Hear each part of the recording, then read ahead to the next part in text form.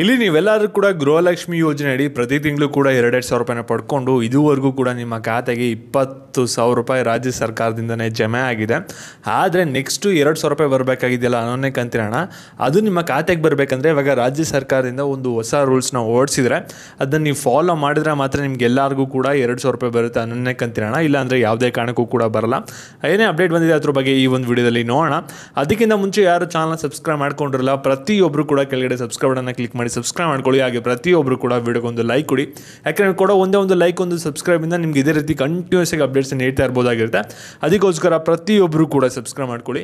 ಇವಾಗ ಡೈರೆಕ್ಟಾಗಿ ವಿಡಿಯೋ ಬಗ್ಗೆ ಬರೋಣ. ಇಲ್ಲಿ ಮೊದಲೇ ಹೇಳ್ತೀನಿ, ವಿಡಿಯೋ ಕ್ಲಿಯರ್ ಕಟ್ಟಾಗಿ ಗೊತ್ತಾಗಬೇಕಂದ್ರೆ ವಿಡಿಯೋನ ಎಲ್ಲೂ ಕೂಡ ಸ್ಕಿಪ್ ಮಾಡಿದೆ ಕೊನೆವರೆಗೂ ಕೂಡ ನೋಡಿ, ಎಲ್ಲ ವಿಷಯನೂ ಕೂಡ ಪಡ್ಕೋತೀರಾ.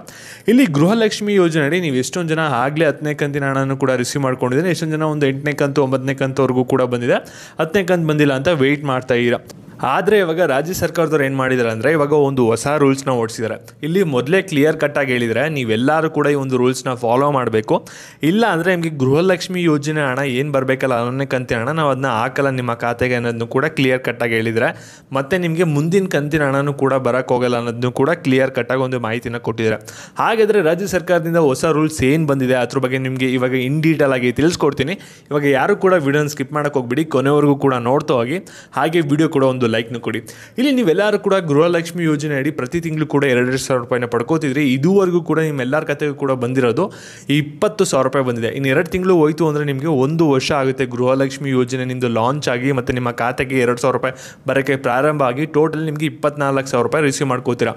ಆದರೆ ಇಲ್ಲಿ ಏನಾಗಿದೆ ಅಂದರೆ ಸಮಸ್ಯೆ ಅಂದ್ಬಿಟ್ಟು ಗೃಹಲಕ್ಷ್ಮಿ ಯೋಜನೆ ಹಣ ಏನೋ ಲಾಂಚ್ ಮಾಡಿದ್ರು, ಆದರೆ 100% ಎಲ್ಲರಿಗೂ ಕೂಡ ಹಣ ಬರ್ತಾ ಇಲ್ಲ. ನಿಮಗೂ ಕೂಡ ಗೊತ್ತಿದೆ, ಇಲ್ಲಿ ಸ್ವಲ್ಪ ಜನಕ್ಕೆ ಹಣ ಬರ್ತಿದೆ, ಸ್ವಲ್ಪ ಜನಕ್ಕೆ ಹಣ ಬರ್ತಿಲ್ಲ, ಈ ರೀತಿ ಆಗಿದೆ. ಇಲ್ಲಿ ಗೃಹಲಕ್ಷ್ಮಿ ಯೋಜನೆ ಎಷ್ಟೊಂದು ಜನ ಕಮೆಂಟ್ ಆಗ್ತಿರೋದು ನಮಗೆ 9ನೇ ಕಂತಿನ ಹಣ ಬಂದಿಲ್ಲ, 8ನೇ ಕಂತಿನ ಹಣ ಬಂದಿಲ್ಲ ಅಂತ. ನೀವು ಯಾರು ಕೂಡ ಏನೂ ತಲೆ ಕೆಡಿಸ್ಕೋಬೇಡಿ. 8 ಮತ್ತು 9 ಮತ್ತು 10ನೇ ಕಂತಿನ ಹಣ ಬಂದಿಲ್ಲದೆ ಇರೋರು ನಿಮ್ಗೇನಾಗುತ್ತೆ ಅಂದರೆ ಈ ತಿಂಗಳು 30ನೇ ತಾರೀಕು ಅಷ್ಟರಲ್ಲಿ 3 ಕಂತು ಕೂಡ ಒಟ್ಟಿಗೆ ಬರ್ಬೋದು. ಇಲ್ಲ ಅಂದರೆ ಒಂದು 2 ದಿನ ಗ್ಯಾಪ್ ಬಿಟ್ಕೊಂಡು ನಿಮಗೆ 2,000 ರೂಪಾಯಿ ಬರ್ಬೋದು. ಆ ರೀತಿನೇ ಬರ್ಬೋದು. ಯಾಕೆಂದರೆ ಈ ರೀತಿ ಸಾಕಷ್ಟು ಜನಕ್ಕೆ ಹಣ ಬರ್ತಿದೆ. ಸಾಕಷ್ಟು ಜನ ಬೇರೆ ಬೇರೆ ವೀಡಿಯೋಸಲ್ಲಿ ಕಮೆಂಟ್ ಮಾಡಿ ಅವರೇ ತಿಳಿಸಿದ್ದಾರೆ ನಮಗೆ ಒಟ್ಟಿಗೆ 4,000 ರೂಪಾಯಿ ಬಂತು, 8ನೇ ಕಂತು 9ನೇ ಕಂತು 10ನೇ ಕಂತು ಎಲ್ಲ ಒಟ್ಟಿಗೆ ಬಂತು ಅಂತ.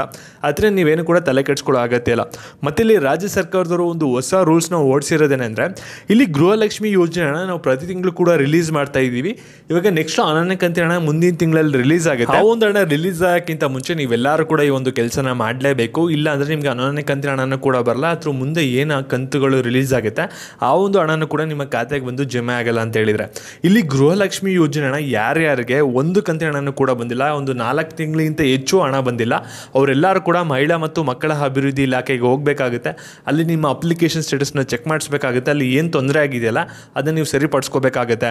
ಅದನ್ನು ನೀವೆಲ್ಲರೂ ಕೂಡ ಕರೆಕ್ಟಾಗಿ ವೆರಿಫೈ ಮಾಡಿಸ್ಕೊಂಡು ಸರಿಪಡಿಸ್ಕೊಂಡ್ರೆ ಮಾತ್ರ ನಿಮಗೆ ಗೃಹಲಕ್ಷ್ಮಿ ಯೋಜನೆ ಹಣ ಏನು ಬರಬೇಕಲ್ಲ 2,000 ರೂಪಾಯಿ 11ನೇ ಕಂತಿನ ಹಣನೂ ಕೂಡ ಬರುತ್ತೆ, ಪೆಂಡಿಂಗ್ ಅಮೌಂಟು ಕೂಡ ಬರುತ್ತೆ. ಇಲ್ಲಾಂದರೆ ನಿಮ್ಮ ಅಮೌಂಟ್ ಫುಲ್ ಕಂಪ್ಲೀಟ್ಲಿ ಓಲ್ಡರ್ ಇರುತ್ತೆ.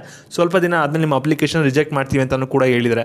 ಮತ್ತು ಈ ಒಂದು ವಿಡಿಯೋನ ಗೃಹಲಕ್ಷ್ಮಿ ಹಣ ಪಡಿತಾರವರಿಗೆ ಪ್ರತಿಯೊಬ್ಬರಿಗೂ ಕೂಡ ಶೇರ್ ಮಾಡಿ. ಮತ್ತು ಇದೇ ರೀತಿ ಅಪ್ಡೇಟ್ಸ್ಗಾಗಿ ಚಾನಲ್ನ ಸಬ್ಸ್ಕ್ರೈಬ್ ಮಾಡ್ಕೊಳ್ಳಿ.